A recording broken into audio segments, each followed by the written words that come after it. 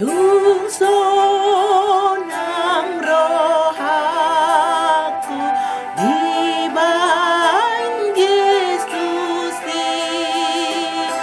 por su keutaon di sopur norohku dituhatai di pasonang toktong rohku sonang dong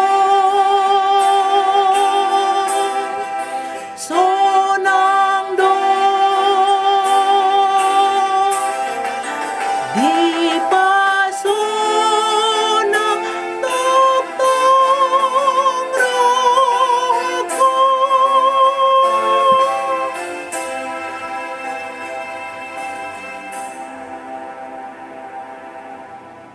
Mari kita berdoa. Pada malam hari ini Tuhan, kembali kami mengucap syukur kepada Tuhan, di mana Tuhan telah memberikan kami kehidupan sampai malam hari ini. Ya Tuhan, sebentar lagi kami akan beristirahat. Tapi sebelumnya Tuhan, kami akan mendengar firman-Mu yang saya sampaikan sebagai hamba-Mu. Ajari ya Tuhan hamba-Mu ini, agar menjadi hamba-Mu itu menjadi suluh di dalam kehidupan kami. Sertai kami di dalam kehidupan kami, agar kami besok pagi dapat bangun dalam keadaan sehat. Terima kasih ya Tuhan, ampuni dosa kami.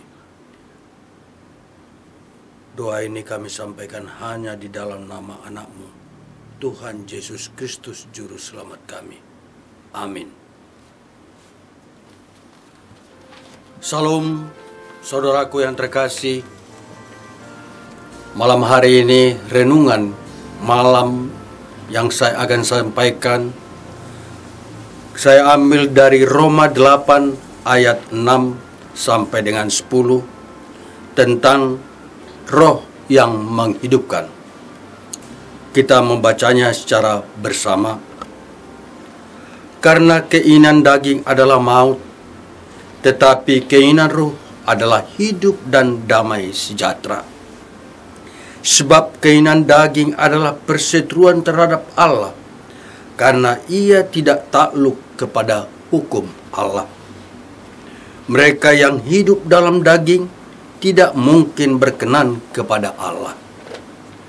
Tetapi kamu tidak hidup dalam daging, melainkan dalam roh. Jika memang roh Allah diam di dalam kamu. Tetapi jika orang tidak memiliki roh Kristus, ia bukan milik Kristus. Tetapi jika Kristus ada di dalam kamu, maka tubuh memang mati karena dosa, tetapi roh adalah kehidupan oleh karena kebenaran. Saudara yang terkasih, nas ini hendak menghantar kita untuk mengingatkan dan mendalami kembali akan maksud daripada hidup. Sebab kita mendalami nas ini, maka akan terlihat bedanya hidup dengan kepuasan oleh duniawi dengan hidup yang diinginkan oleh Tuhan. Kita menyadari bersama bahwa seseorang yang hidup itu ada fisiknya, bisa bergerak, bekerja, bernapas, berpikir. Namun di hadapan Tuhan, seseorang di hadapan dia katakan hidup tidak hanya sebatas pengertian itu. Sebab kita harus menyadari bahwa ada satu unsur yang terpenting yang harus dimiliki setiap orang. Dikatakan hidup dalam arti yang sesungguhnya, yaitu dalam dirinya ada roh Tuhan. Saudaraku, itulah sebabnya dikatakan di ayat 6, keinginan daging adalah maut, tetapi keinginan roh adalah hidup dan damai sejahtera. Maka itulah yang menjadi keunikan kita, yang membedakan kita dengan orang yang tidak percaya kepada Yesus Kristus, bahwa dalam diri kita ada roh Tuhan yang dicurahkan untuk kehidupan kita. Saudaraku, mari kita menyimak Yehezkiel 37 ayat 1 sampai dengan 14. Di sana digambarkan orang Israel itu seperti hidup tulang-tulang kering. Walaupun mereka hidup secara daging, namun sesungguhnya mereka adalah mati seperti tulang-tulang kering. Sebab mereka hidup sesuai dengan keinginannya, bukan dengan keinginan oleh Tuhan. Hidup yang tidak ada ubahnya dengan orang yang tidak percaya kepada Tuhan. Hanya keinginan dagingnya saja yang terus dipelihara. Sehingga tidak heran jika banyak orang saat ini mempertanyakan tentang apa arti kehidupan. Saudaraku,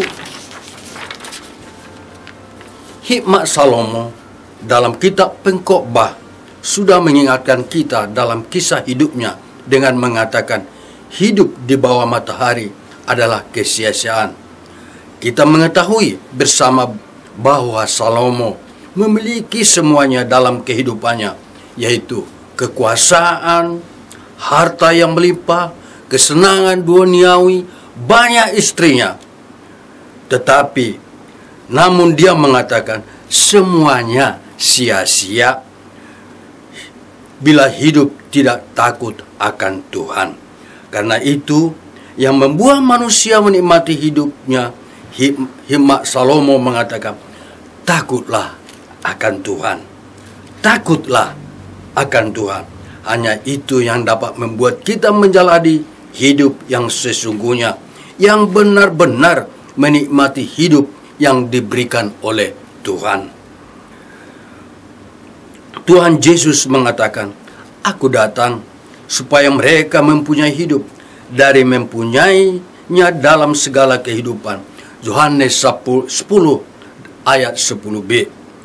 Kehadiran Yesus dalam diri manusia adalah untuk hidup berkelimpahan, bukan karena dunia ini manusia menikmati hidupnya, tetapi karena Tuhan ada dalam hidupnya.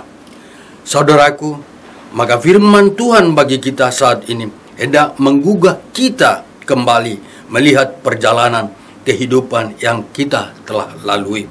Kemana sebenarnya kita membawa diri kita, keluarga kita, anak-anak kita? Kita harus yakin dan percaya Tuhan menempatkan rohnya dalam diri hidup kita ataupun setiap individu kita yang percaya kepada Tuhan Yesus, supaya kita memiliki hidup dan damai sejahtera. Tuhan menginginkan apa yang terbaik dalam hidup kita. Bagaimanapun kita supaya menikmati hidup yang diberikan oleh Tuhan, marilah kita dengan bersuka cita dan memiliki damai sejahtera menjalani hidup kita sehari-hari. Demikian juga hidup ini, apapun yang kita dapatkan dan raih dalam hidup ini, pada akhirnya semuanya akan lenyap.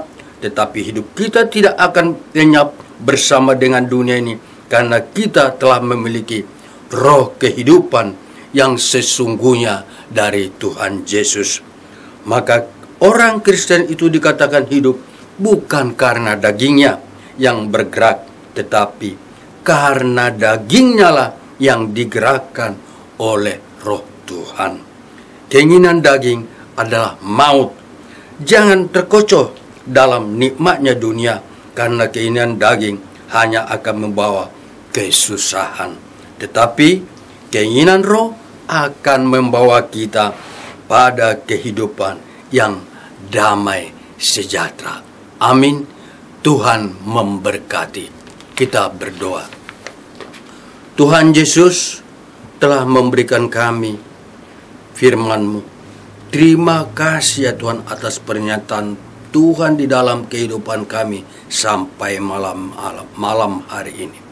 Jadikanlah firman-Mu itu tumbuh dan hidup di dalam hati kami semuanya, umat yang percaya kepadamu. Dan di dalam kehidupan kami sertai kami, agar selalu dalam kehidupan kami bersukacita, melimpahkan hati dan pikiran kami dan roh kami hanya untuk kemuliaan nama-Mu saja. Terima kasih ya Tuhan, di dalam nama anak-Mu Tuhan Yesus Kristus kami mengucap syukur dan berdoa. Amin.